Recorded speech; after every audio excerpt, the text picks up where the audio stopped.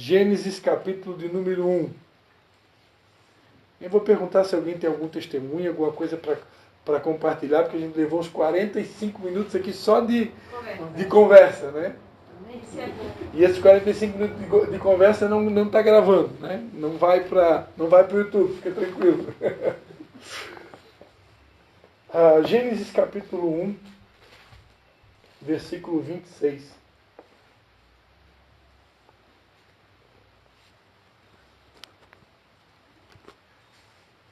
Gênesis 1, versículo 26.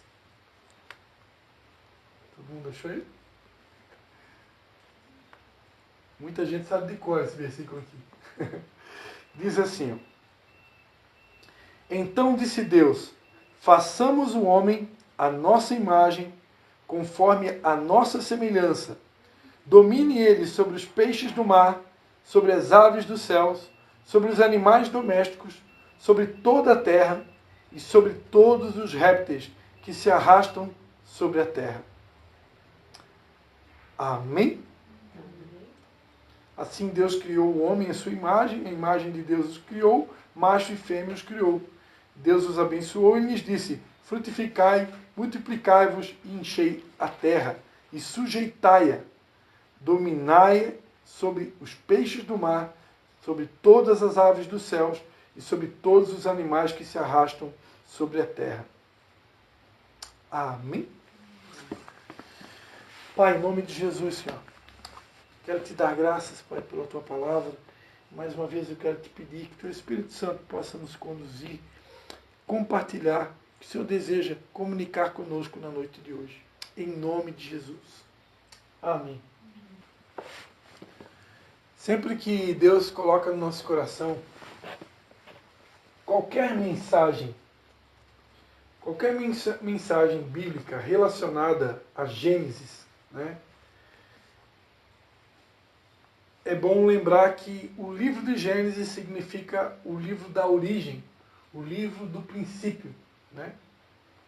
Então, o livro de Gênesis é o livro que fala do início de todas as coisas, né? Como foi no princípio de todas as coisas. Então, passaram-se quase 6.000 anos, né? E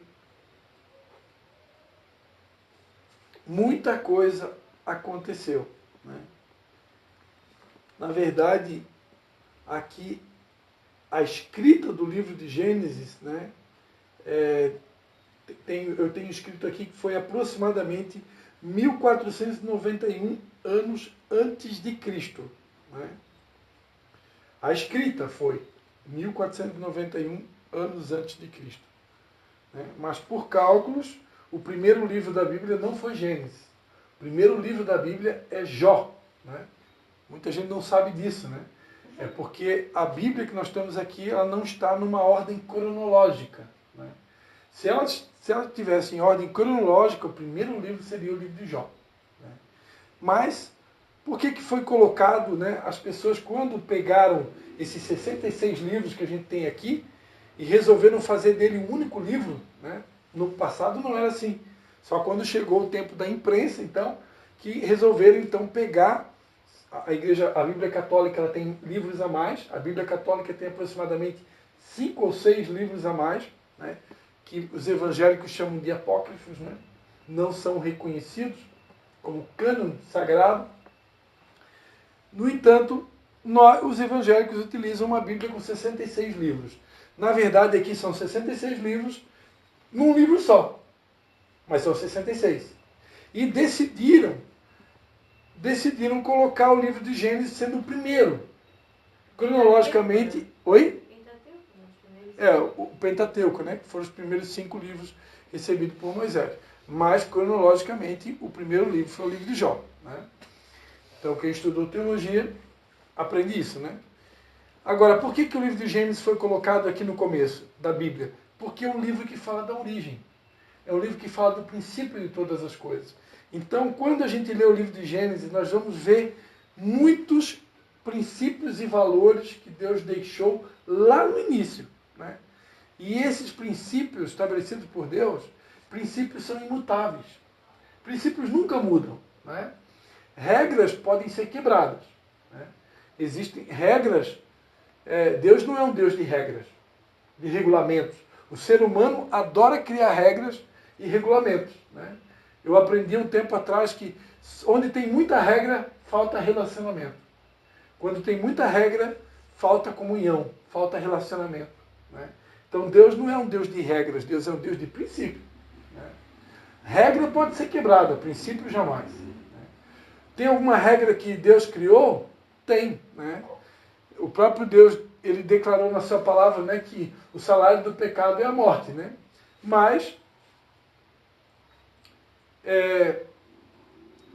Elias não morreu. Elias subiu no redemoinho, ele não passou pela morte. Né? Enoque, a Bíblia diz que ele andou com Deus e já não era porque Deus o tomou para si. Também não passou pela morte. Então Deus, ele quebra regras, mas não quebra princípios. Né? Princípios ele jamais vai quebrar. Né? E eu queria falar sobre um princípio na noite de hoje. Um princípio que nós aprendemos aqui. Eu creio que a pastora Patrícia, eu, acho que a Vanessa se formou na escola de líderes. Vanessa não chegou a fazer? Né? Então parou no meio do caminho, tinha que retomar, Vanessa. Mas quem fez a escola de líderes, né? Um dos primeiros princípios que a gente ensina na escola de líderes é o princípio do caráter. Né? É o primeiro princípio. Quando a Bíblia diz que Deus falou, né? Aqui está no plural. Está no plural porque é Deus Pai, Filho e Espírito Santo.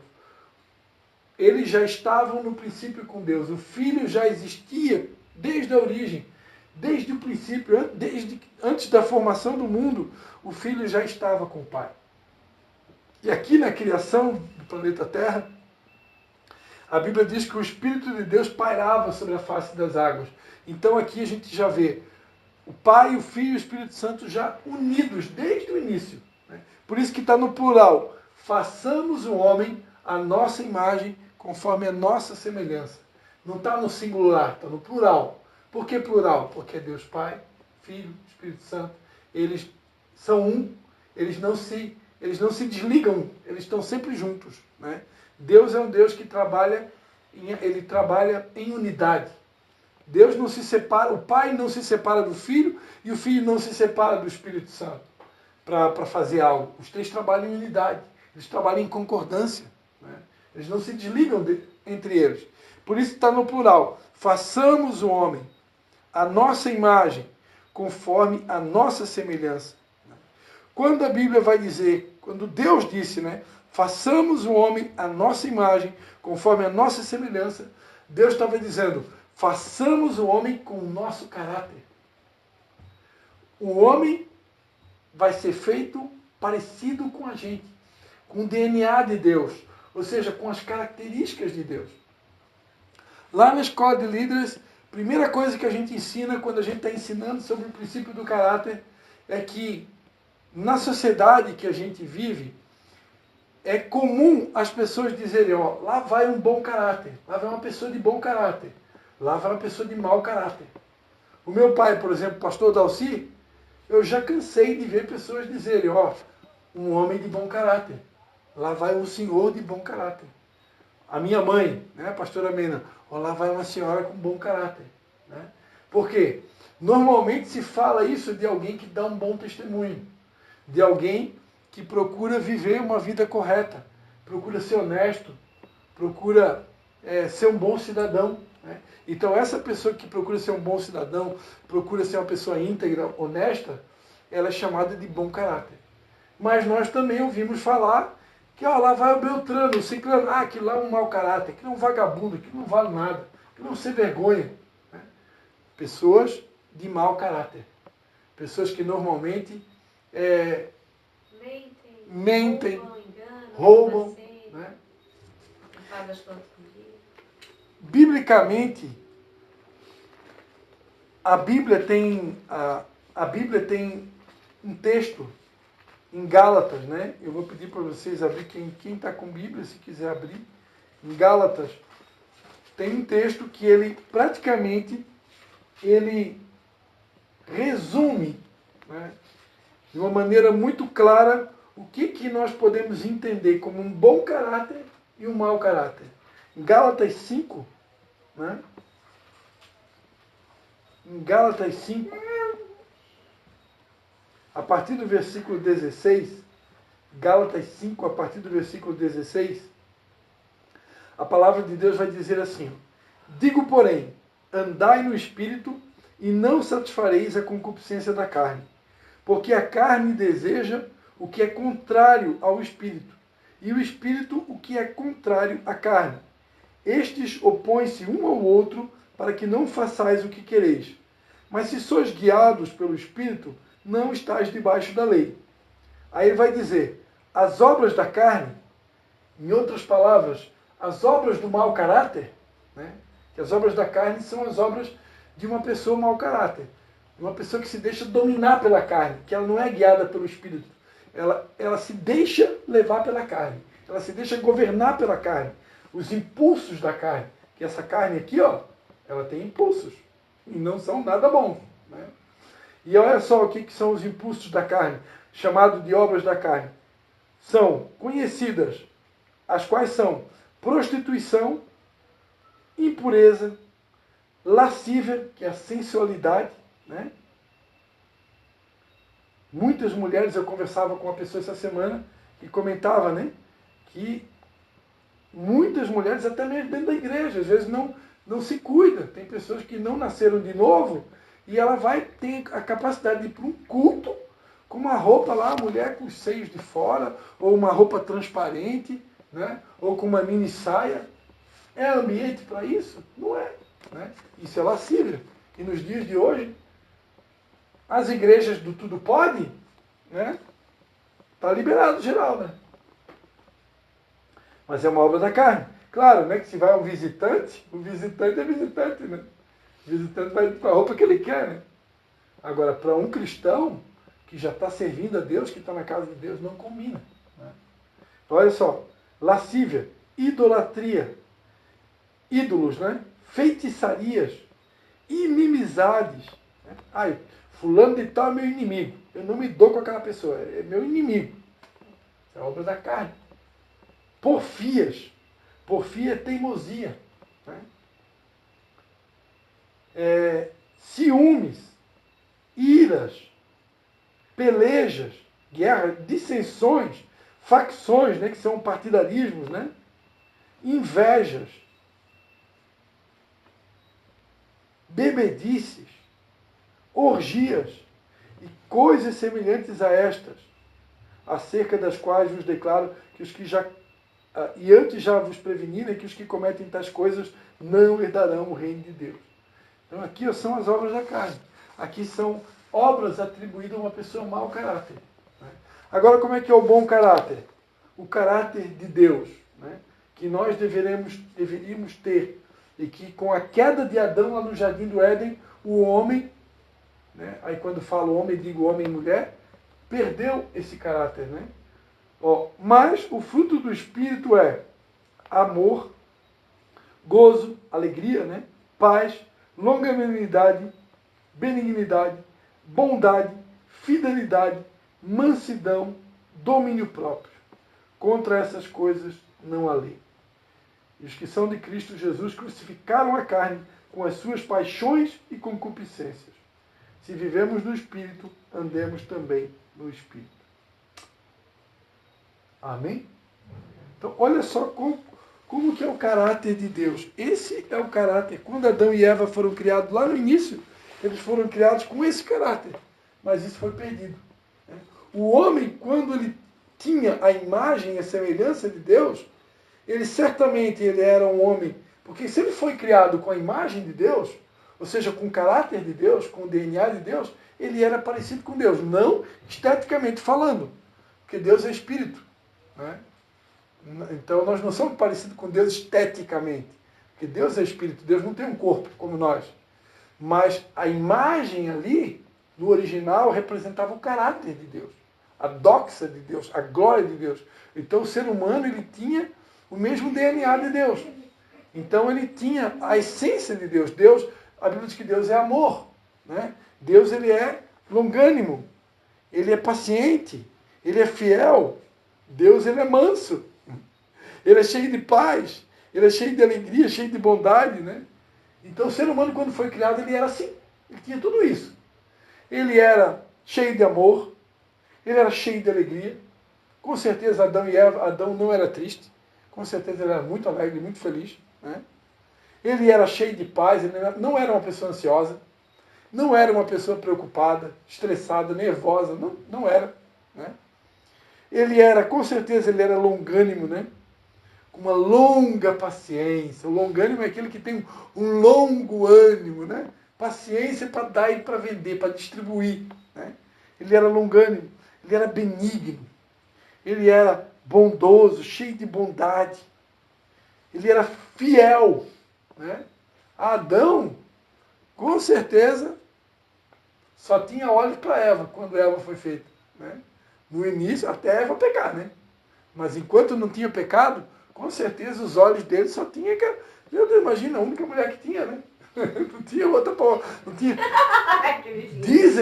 Dizem algumas pessoas, especialistas nessa área de casamento, né? Que diz que hoje um dos grandes motivos do divórcio, da traição que existe nos casamentos é porque agora tem mulher para comparar. E tem homem para comparar. Quando Eva foi feita, não tinha ninguém para comparar. Né? Então era mais difícil de ter o pecado da cobiça. Né? Não tinha ninguém para comparar. Isso aí é o que dizem, né? Os especialistas em ministrar para casais. Né?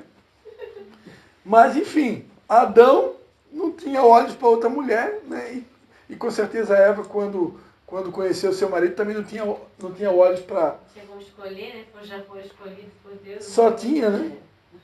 Mas gostaram, né? Gostaram. E ele era totalmente fiel, né? Totalmente fiel. O que mais? Ele era manso, né? Ele era manso, assim como Jesus, né? Jesus disse, né? Vinde a mim, né? Aprendei de mim, vinde a mim, né? E aprendei de mim que sou manso e humilde de coração, e vocês vão encontrar descanso para as vossas almas, né? A palavra de Deus diz que os mansos herdarão a terra. Então, ficar parecido com Jesus é se tornar uma pessoa mansa. Né? Será que nós somos mansos? Né? Eu gosto muito de uma frase que eu li há muito tempo atrás de um pastor chamado Silmar Coelho, né? Ele escreveu um livro, e aí no livro ele colocou assim, ele tem vários livros na verdade, né? E num dos livros ele falou o seguinte, né? Todo mundo é anjo até arrancar a tua primeira pena. Né? Então, todo mundo é anjinho até arrancar a tua pena. Eu sou manso, manso, manso. Meu Deus, como eu sou manso. Até alguém tocar na minha ferida. Até alguém tocar no meu calo. Até alguém tocar no meu ponto fraco. Aí eu mostro como eu sou manso. Né? E outra coisa. Como que eu me comporto quando alguém aponta um defeito meu? Quando alguém mostra uma vulnerabilidade minha? Como eu me comporto quando alguém me expõe, de repente, publicamente, uma falha minha de caráter, um pecado meu, um erro meu, um mau comportamento, um mau hábito? E aí? Será que eu ajo com mansidão? Como eu estava comparando, outro dia em algum lugar, não sei onde é que foi, não sei se foi aqui na célula, eu estava contando, né, o exemplo, uma situação que aconteceu com a gente, né? Eu, minha mãe, o pastor Hector, que é um pastor que está dando suporte lá na igreja de Canelinha, em Tijucas, né?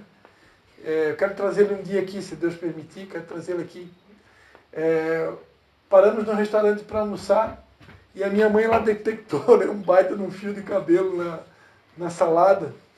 E ela pediu, então, o garçom, ela não pediu para trocar toda a salada, ela pediu para o garçom trocar só a parte da salada ali que estava contaminada, vamos dizer assim, com fio de cabelo. Né? Quando ela chamou o garçom e ela notificou o garçom do que tinha acontecido, o garçom deu um pulo de quase 2 metros de altura. Tipo assim, ele não, ficou indignado, né? Mas com a situação, né? Então, assim somos nós, muitas vezes, né? Diante de uma situação inesperada, né? Nós manifestamos, muitas vezes, o nosso velho homem. Eu passei por uma situação essa semana. onde no supermercado a pessoa me passou uma informação e deu a entender ali que é como se eu estivesse agindo de maneira errada e, na verdade, eu é que imaginei coisas na minha mente. A pessoa só estava cumprindo o dever dela no trabalho dela e para com a empresa e o ambiente que ela estava, e eu acabei interpretando errado uma fala daquela pessoa, e eu por dentro, eu fiquei muito chateado, assim, fiquei muito chateado, e ao ponto da pessoa perceber, né? Ao ponto da pessoa perceber que eu não estava nada legal, né? E aí depois eu voltei lá e me retratei com a pessoa, pedi perdão para ela, né? Pedi perdão para ela porque eu senti que eu julguei, na verdade, a pessoa, né? Eu julguei ela, eu achei que aquela pessoa estava achando que eu ia fazer uma atitude errada. E, na verdade, eu julguei. Eu não podia ter julgado, né? E eu sei que eu pequei ali, que eu errei. E eu fui lá e pedi perdão, né? Me perdoe, porque eu julguei você. E eu tenho certeza que você não agiu assim, querendo o meu mal, né? Assim somos nós, né? Às vezes, nós fracassamos, né? Na nossa mansidão que deveríamos ter, na nossa paciência que deveríamos ter, né? Na misericórdia que nós deveríamos ter, no domínio próprio, né? No autocontrole. Domínio próprio é o autocontrole, né? Que nós deveríamos ter. Né? O meu sogro, eu sempre gosto da brincadeira dele que ele faz, né? Tem crente que tem domínio próprio, tem crente que tem demônio próprio. Né? Porque tem horas na vida do crente, né? Eu já escutei vários relatos de crentes, de pastores, inclusive. Eu não tenho muita experiência com aeroporto, porque as vezes que a gente viajou de avião dá para contar nos dedos, né, amor? Mas pastores que viajam direto de avião, eu já cansei de ver pastores contando, né, das inúmeras vezes que perderam a paciência no aeroporto, né? Voo que é cancelado, voo que é remarcado, aeromoça. Oi? Perca de mala. Perca de mala. Que mais, amor? Que acontece no aeroporto. A Ana Paula falou, uma vez ficou brava com a mulher lá que não deixou ela passar com o desodorante dela dentro da bolsa. Porque todo tipo de deaidazol tem que ser colocado na mala. E ela quis burlar a lei. E ela chegou até a filmar que ela estava lá. Com certeza depois ela se arrependeu dessa atitude, né? Mas aeroporto. Levi já está quase terminando, tá, filho? Fica ali no colinho da mamãe. É para eu mexer no celular? Ah, sim. Só um pouquinho já está terminando, tá? Então, aeroporto é um ambiente, é um prato cheio, né? Para a pessoa perder o domínio próprio, para a pessoa perder a mansidão, né? Porque são muitas situações, né, que acontecem. A gente vê o relato, né, de pastores que viajam muito, né? A verdade é que o tempo todo nós estamos sendo submetidos a testes. Né? O tempo todo nós estamos sendo submetidos a testes de integridade. E nós precisamos ser aprovados, né, por Deus. E às vezes nós fracassamos nos testes. Né? Agora, Deus espera que a gente possa ser aprovado. Deus espera que a gente possa manifestar esse caráter de Deus. Esse caráter onde nós vamos manifestar o amor que tudo suporta, tudo sofre, tudo crê, tudo espera. Manifestar a alegria. Manifestar a alegria quando tudo está dando certo na minha vida, quando tudo é só bênção, só vitória, é muito fácil ser alegre. Não precisa mais se alegrar, já fica alegre por causa de tudo que está acontecendo. Agora, a alegria não depende de... Levi, espera um pouquinho, filho. A alegria não depende de circunstâncias, a alegria é um fruto do Espírito. Deus espera que eu possa manifestar a alegria mesmo quando tudo está dando errado na minha vida. Porque a alegria não depende de circunstância. Ele é um fruto do Espírito que já está dentro de mim. Está dando para entender? Levi, o pai pediu para te esperar um pouquinho, filho. Mas eu quero desenhar mais seguro. Então, a alegria já está dentro de nós. Além da alegria, do amor, a paz, né? A Vanessa parece que é calmaria em pessoa, né? Não sei se é só porque ela está grávida, né? Mas a Vanessa é tranquila. É tranquilo, né? Mas tem pessoas que a gente olha assim, meu Deus, ela é a calmaria. Tu demonstra ser calma, tu não demonstra ser... Eu não, eu já sou toda espaventada. Não, pra falar a verdade, eu sou mesmo, eu sou bem... Eu também não sou muito Eu calma. não sou muito calma, não. Tem pessoas que a gente olha para ela, parece que é calmaria em pessoa, mas no dia a dia, às vezes lá nos bastidores, às vezes ela não é tão calma assim, né? Às vezes ela manifesta alguns comportamentos de estresse, de nervosismo, né? Então, por quê? Nem tudo que aparenta é na realidade, né? Agora, Deus espera que nós possamos ser essas pessoas que exalam a paz, né? Que transmitem paz, longanimidade, benignidade, bondade, né? Atitudes de bondade, ser fiel, né? Fiel nos mínimos detalhes, manso e que tenha autocontrole, né? Tem um provérbio que diz, né, que é preferível o homem que é controlado, que tem autocontrole, que tem domínio próprio, do que o valente, do que o guerreiro. Às vezes a pessoa assim, aquela pessoa é um guerreiro, é um valente, ele é um lutador, né? Poxa, esse aqui é o cara, né? A Bíblia diz, não, é preferível a pessoa pacífica, que não tem atitude de guerreiro, de valentão e tal, só que ele tem autocontrole, tem domínio próprio sobre as situações, do que aquela pessoa que é o guerreiro, que é o valentão, só que na hora do vamos ver não tem autocontrole, não tem domínio próprio. Ele estoura, ele explode. E quem está perto dessa pessoa, coitado, né? E quando a pessoa explode, o primeiro que está perto acaba sofrendo. Amém, queridos? Eu vou parando por aqui. Eu quero pedir para a gente fechar os olhos nesse momento, a gente vai estar orando, né? De tempos em tempos, Deus traz mensagens como essa para nos colocar no prumo, né? E nos lembrar que quando Deus nos criou lá no princípio de tudo, na origem de tudo, Ele nos criou a sua imagem e semelhança. Essa imagem e semelhança se corrompeu com a entrada do pecado, né? Mas Deus, que não muda, Ele continua sonhando, Ele continua desejando, Ele que é o oleiro, trabalhar nesse vaso de barro que somos nós, até que esse caráter venha a ser restaurado, né? Ele está trabalhando, Ele é o Deus da restauração, né? Ele não tem pressa de acabar o vaso, né? Ele não tem pressa. Mas é importante que a gente saiba qual que é a meta de Deus, qual que é o foco, qual que é o objetivo de Deus. Restaurar o nosso caráter como era no princípio de todas as coisas. Restaurar em nós a sua imagem e semelhança, até que nós possamos realmente manifestar esse fruto do Espírito Santo com tranquilidade no nosso dia a dia.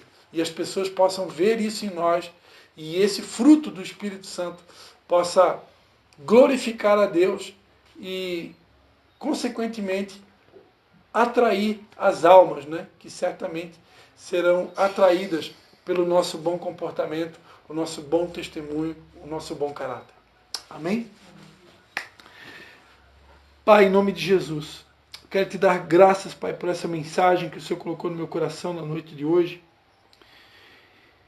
E te pedir, Pai, que o Senhor nos ajude, Pai. Que o Teu Espírito Santo possa nos auxiliar, Senhor, nesse processo, Pai. Sabemos que não é fácil, porque somos barro, pó e cinza. Somos cheios de fragilidades, somos cheios de defeitos. Como disse Paulo, o bem que nós queremos fazer, muitas vezes nós não fazemos, e o mal que nós não deveríamos fazer, esse fazemos, Pai. Tem compaixão de nós, Pai. Leva-nos de volta, Senhor, ao início de tudo. Leva-nos de volta a esse lugar, Senhor. Restaura-nos a Tua imagem e semelhança. Queremos ter o Teu caráter, Pai. Queremos ser parecidos contigo, Pai. E que através desse fruto produzido em nós, nós possamos, ó Pai, glorificar o Teu nome. Em nome de Jesus é a nossa oração. Amém. Amém. Então Levi agora está liberado, né?